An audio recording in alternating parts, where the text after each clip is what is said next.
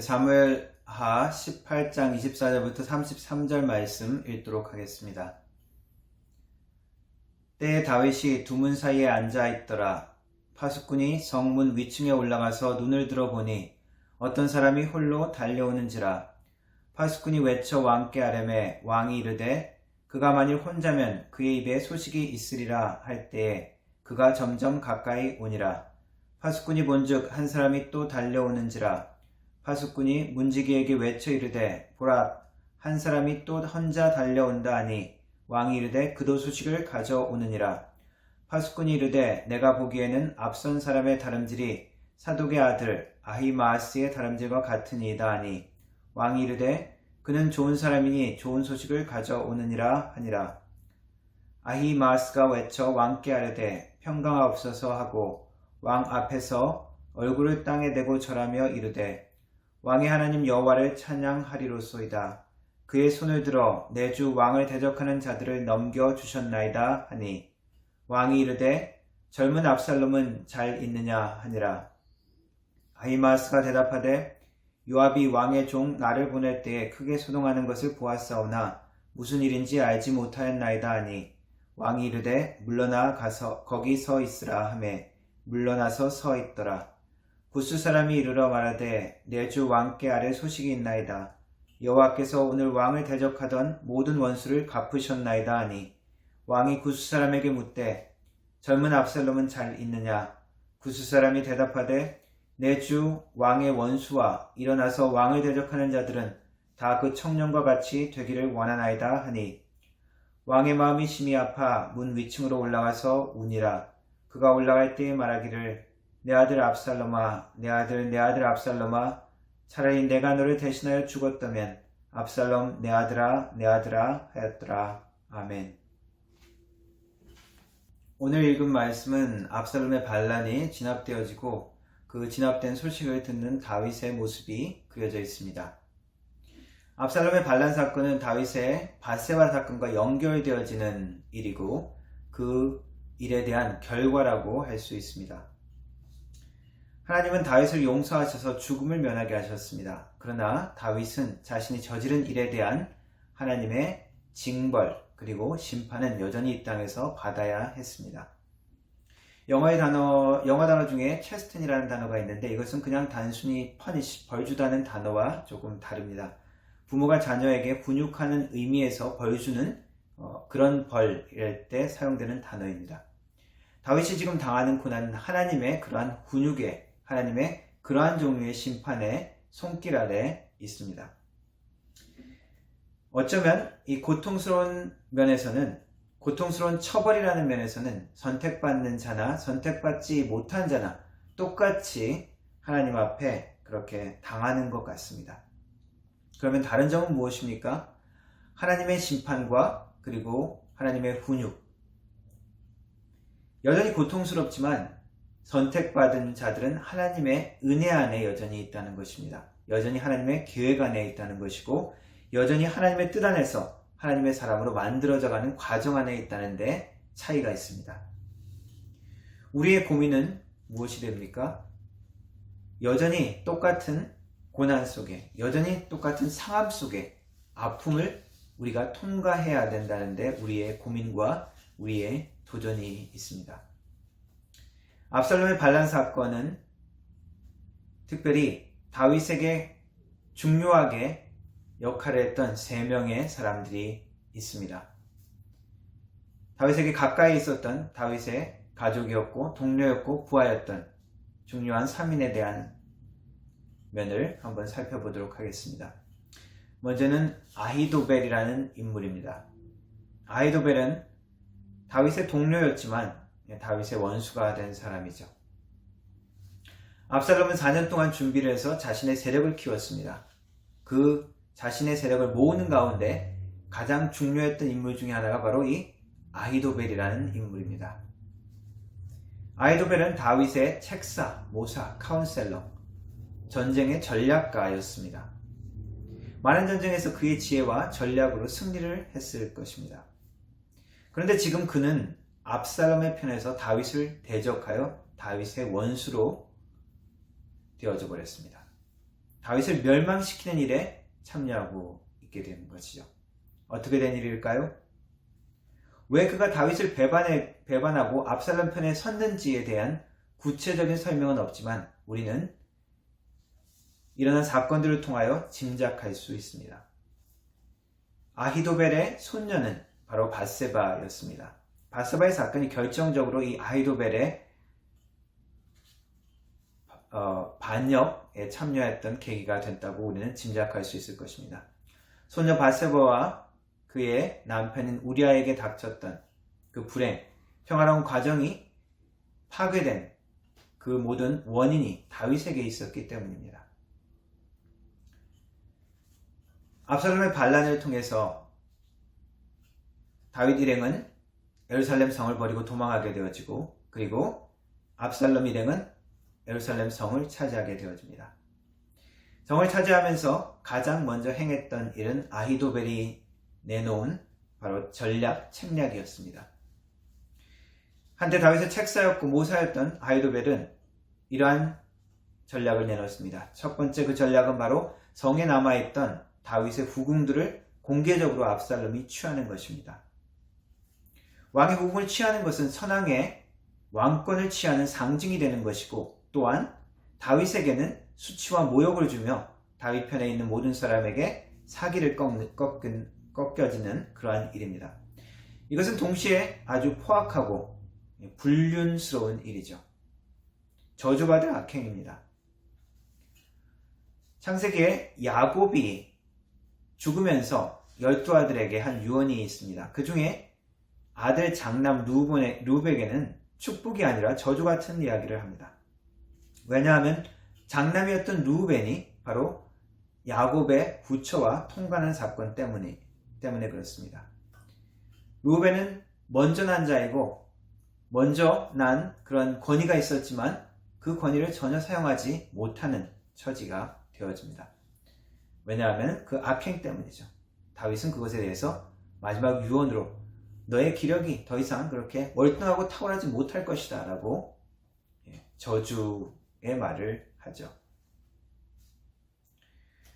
다윗에게 일어난 이 후궁이 아들 압살롬에 의해서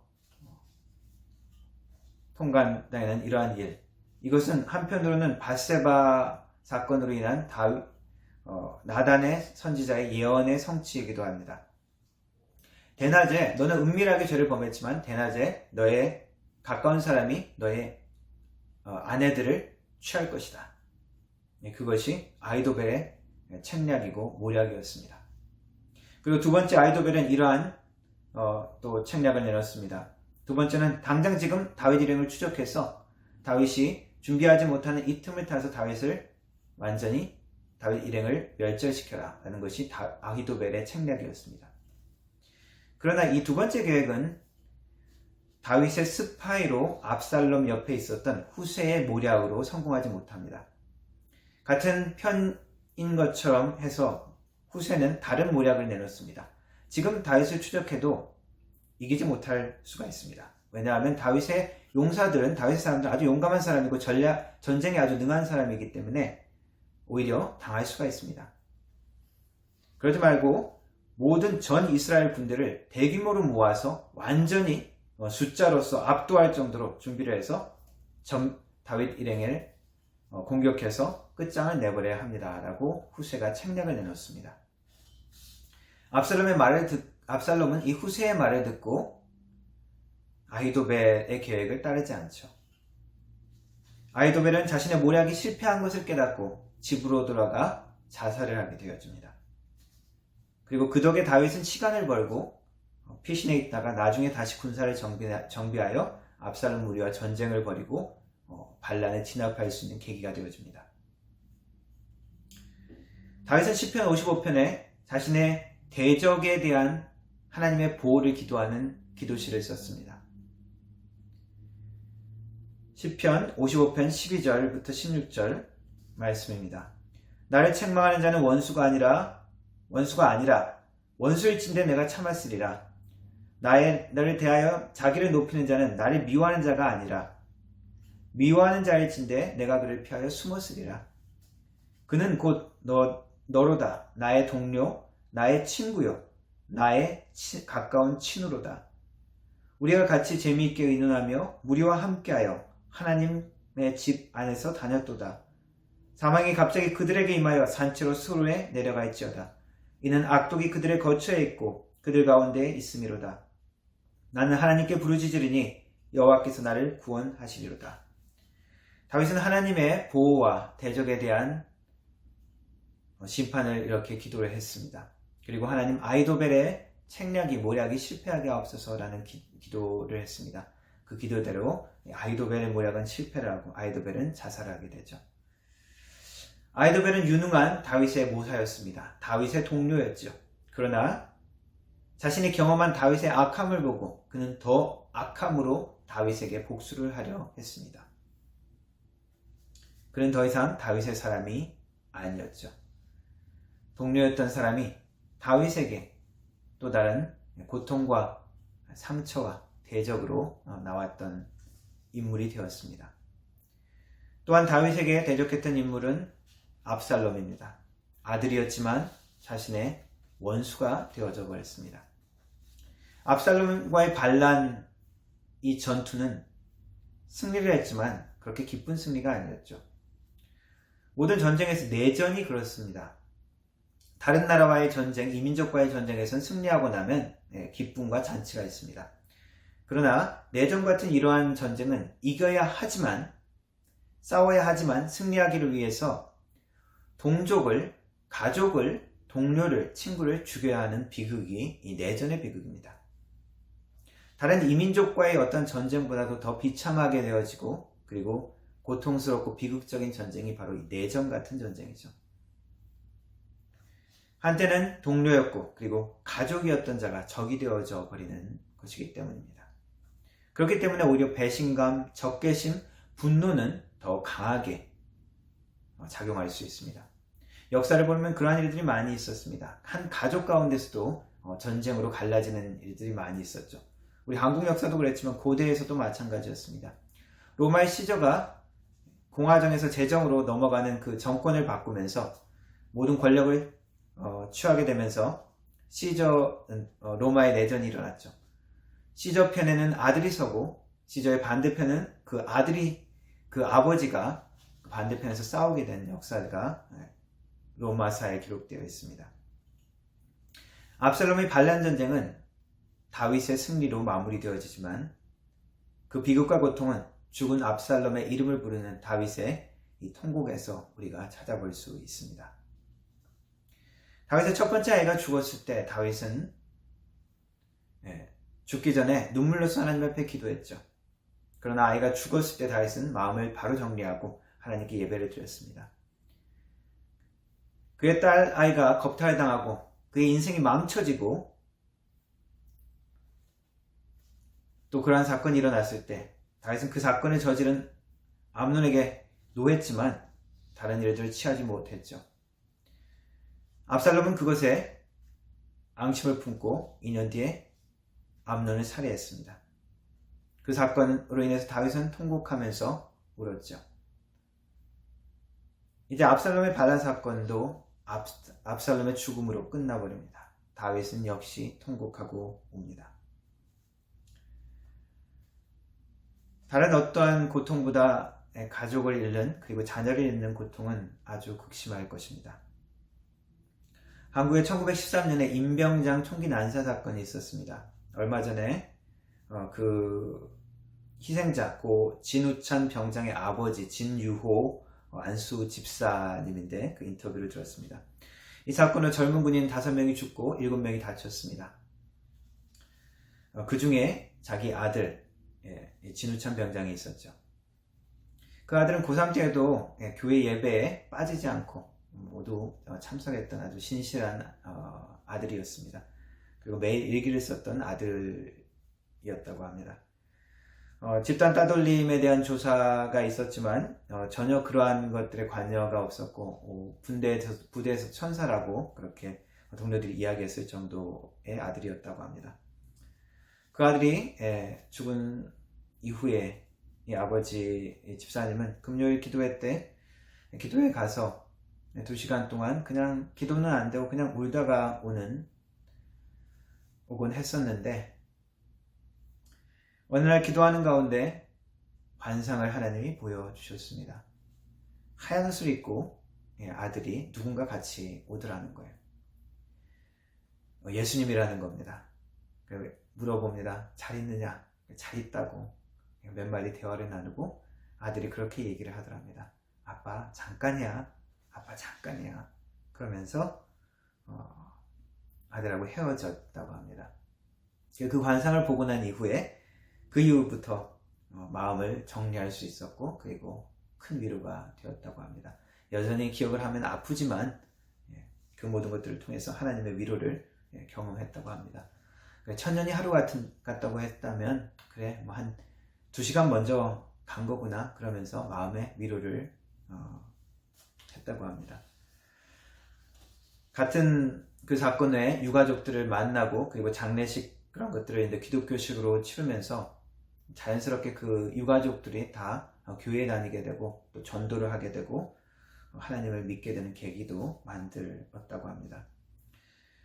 어떤 어려움을 겪은 사람을 만나게 되면 특별히 아무 말을 할 필요가 없었다고 합니다. 자신의 모든 경험과 삶들이 그 사람에게 위로가 되고 힘이 되었더라고 합니다. 우찬이 아빠도 그런 어려움을 겪었는데, 그러면서 자신의 모든 삶들에 대해, 고통에 대해서 위로를 받고 격려를 오히려 받더라고 이야기를 했습니다.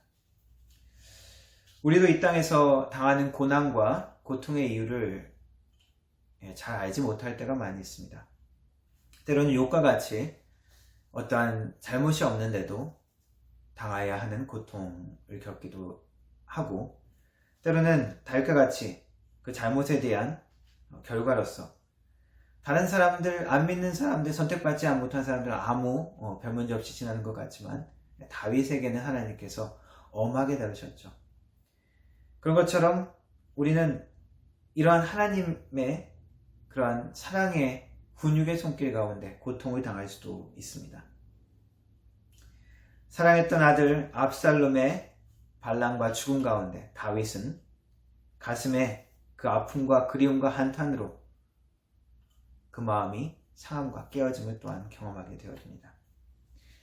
그러나 그 모든 과정 가운데 하나님은 또한 하나님의 일들을 해나가시고 계십니다. 다윗의 이 압살롬의 반란 사건 가운데 이 요압이라는 다윗의 군대 장관이 또한 등장합니다. 충신이었지만 이 모든 사건들 가운데 원수처럼 또한 다윗에게 행했던 모습들이 있습니다. 요압은 다윗의 조카입니다. 다윗의 누이 수리아의 아들이면서 그 아들이 요압, 아비세, 아사엘입니다. 다 사울을 피해서 도망다닐 때 다윗 옆에서 함께 싸워줬던 충신들이었죠. 그들의 용맹함과 그리고 전쟁에서의 능력 때문에 다윗은 그들을 아주 잘 같이 등용해서 사용했습니다. 요압은 다윗에게 충성하는 듯 했습니다. 한때는 요압이 어떤 성을 칠 때 자기의 이름으로 그 성을 마무리해서 공격해서 끝장을 내는 것이 아니라 다윗 왕을 모셔와서 다윗 왕께서 이 성을 점령했다고 하십시오 하면서 다윗 왕에게 영광을 돌리기도 했고, 압살롬을 그리워할 때는 다윗의 마음을 잘 파악하고 다윗에게 가서 그것을 적극적으로 다윗이 압살롬을 용서하고 화해할 수 있도록 조치를 취한 것도 바로 요압입니다. 그러나 한편으로 다윗의 약점을 가장 잘 아는 사람이 바로 요압이기도 합니다. 그리고 요압은 음흉하고 그리고 거짓된 모습들이 있습니다. 다윗의 마지막 유언이 이렇습니다. 솔로몬에게 한 유언입니다. 너도 수르야의 아들 요압이 나에게 행한 일을 잘 알고 있겠지만 그는 이스라엘 군대의 두 지휘관인 넬의 아들 아브넬과 예델의 아들 아마사를 죽여 죄 없는 사람의 피를 흘리고서도 마치 전쟁터에서 죽은 것처럼 꾸몄다. 너는 그를 지혜롭게 다루어서 평안히 죽지 못하게 하라. 요압을 죽이라는 것입니다. 그 생존하는 요압의 그 악한 것을 보고도 자기가 요압을 다루지 못했죠. 압살롬의 반란 전쟁 가운데서도 요압의 이 포악함과 잔인함을 걱정했었을 것입니다. 그래서 특별히 이 압살롬을 부탁을 했죠. 전투로 나가는 요압과 군대 지휘관들에게 특별히 부탁했습니다. 나를 생각해서 내 아들 압살롬을 잘 대해 주십시오 라고 그렇게 부탁을 합니다. 분명히 그렇게 부탁했음에도 불구하고 요압은 사로잡을 수 있는 압살롬을 죽여버리죠. 아마 후환이 두렵다라고 생각해서 그랬는지 모르겠습니다. 요압은 다윗의 충신이었습니다. 그러나 요압은 다윗이 마음 놓고 통제하고 관리할 수 있는 사람이 아니었죠. 다윗에게 충성스러운 것 같은 모습들이 있지만 한편으로 결정적인 순간에 자신의 복수를 위해서 그리고 자신의 지위를 위해서 라이벌 같은 사람을 그냥 죽여버리는, 속이고 죽여버리는 그러한 악독하고 거짓되고 음흉한 면이 있습니다. 이 모든 압살롬의 반란의 마지막, 그것은 압살롬의 죽음에 대한 소식이었습니다. 다윗은 그 소식을 듣고 한탄과 눈물을 흘리고 있습니다. 마음이 심히 아파 위층으로 올라가면서 다윗은 외칩니다. 내 아들 압살롬아, 내 아들 압살롬아, 차라리 내가 너를 대신하여 죽었다면 압살롬 내 아들아, 내 아들아. 다윗의 이 환탄은 그리운 사랑하는 아들의 죽음에 대한 그러한 고통에 대한 울부짖을 수도 있지만 한편으로는 자신의 비참한 운명, 죄와 사망의 운명에서 벗어날 수 없는 그 결과를 견뎌내야 하는 자기의 생애에 대한 한탄일 수도 있습니다. 차라리 내가 대신하여 죽었었으면, 그냥 죽었으면 그 꼴을 안 봤을 거 아닙니까? 이러한 비극적인 고통스러운 상황 가운데 하나님의 은혜와 사랑과 용서는 우리는 어디에서 찾을 수 있습니까? 다윗은 아마도 생각했을 것입니다. 절망 가운데 내가 골리앗을 믿음으로 쓰러뜨렸던 그것의 의미는 무엇인가? 내가 하나님께 내 헌신을 드리면서 하나님께 성전을 지어드린다고 그렇게 헌신했던 내 헌신들은 무엇인가? 그리고 하나님께서 나를 사랑하시고 축복하셔서 영원히 너의 왕권을 내가 지키겠다라고 했던 하나님의 그 언약의 약속은 무슨 의미가 있을까? 여전히 고통 가운데 있지만 다윗은 하나님의 약속의 손길 안에 여전히 있는 것이었습니다. 비통한 심정과 그리고 절망의 자리 가운데 다윗의 비극 가운데 하나님의 은혜에 대한 의미를 우리는 찾아야 합니다. 이것이 성경이 우리에게 주는 도전입니다. 다윗은 하나님께 그 축복의 약속, 언약의 약속을 받은 그 이후에 밧세바 사건을 일으키고 이러한 일들이 일어났기 때문입니다. 우리의 삶과 현실이 비슷합니다. 하나님의 백성이 받는 벌, 그것은 하나님의 사랑의 훈육의 손길입니다. 여전히 고통스럽지만 하나님의 사랑과 은혜 가운데 있다는 사실을 우리는 잊어서는 안 됩니다. 하나님의 계획과 하나님의 뜻 가운데 여전히 우리는 하나님의 사람으로 만들어져가는 과정이라는 것입니다. 우리의 고민과 우리의 갈등은 무엇입니까? 고통과 상함과 아픔을 우리가 통과해야 된다는 것이죠. 여전히 하나님의 사랑받는 자이지만, 여전히 하나님의 자녀이지만, 한때는 동료였던 사람에게 배신을 당하고 동료가 원수가 되는 것 같은, 가족이 나의 원수가 되는 것 같은, 충성된 자가 나의 아픔과 고통을 주는 것 같은 고통스러운 우리의 현실이 여전히 있습니다. 그것이 우리의 인생의 모습의 한 부분이기도 합니다. 하나님은 물론 우리를 축복을 통해서 다윗이 골리앗을 쓰러뜨렸던 같은 어떤 하나님의 놀라운 능력을 보여주시는 것도 하나님이 우리를 다루시지만 여전히 고통 가운데서도 하나님은 우리를 다루십니다. 여전히 고통과 여전히 좋은 사람이 가져오는 기쁜 소식일 것 같은 그러한 상황이 오히려 고통과 슬픔을 주는 것 같은 상황이 우리의 현실이지만 여전히 우리가 고통 가운데 있지만 하나님의 계획 가운데 여전히 우리는 만들어져 간다는 것입니다. 여전히 다윗은 하나님의 위대한 사람으로 만들어져 가는 손길 가운데 있다는 것입니다. 다윗의 생애 밧세바의 사건의 전과 후, 그 전에 하나님의 놀라운 능력과 은혜와 보호를 체험했던 것, 그 후에 하나님의 다루심의 손길을 고통 가운데 체험하는 것, 역시 그 가운데서도 하나님의 손길을 발견해야 한다는 것이 우리의 도전입니다. 그 가운데서 우리가 하나님의 믿음의 고백을 해야 한다는 것이 우리의 도전이고 우리의 과업입니다. 예수님의 십자가를 생각해 보십시오. 하나님의 아들이어도 하나님의 그런 다루신 손길을 받았거든 하물며 하나님을 따르는 우리의 모습도, 맏아들된 예수님을 따르는 우리의 모습들도 하나님의 그러한 아름다운 과정 가운데 있다는 것을 기억하기를 원하십니다. 다윗은 위인이었고 영웅 같은 모습이 있습니다. 그러나 때로는 패배자 같은 모습, 아무것도 할 수 없는 모습, 다윗의 주위에 있던 모든 사람들, 다윗이 더 이상 통제할 수 없는 사람입니다. 다윗은 이제 그 모든 사람들에게 이끌려가는, 그들에게 당해야 하는 그러한 위치와 처지에 있습니다. 그러나 그러한 것들을 통하여 하나님의 뜻이, 하나님의 계획이, 하나님의 위대함을 만들어가는 손길이 있다는 것입니다. 우리는 주님의 자녀입니다. 하나님의 아들이고 딸입니다.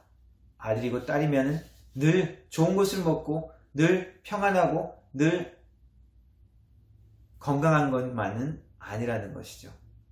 여전히 하나님의 자녀를 하나님께서 때로는 엄하게, 때로는 강하게 훈련시키는 그 손길 가운데 우리는 있다는 것을 기억해야 합니다.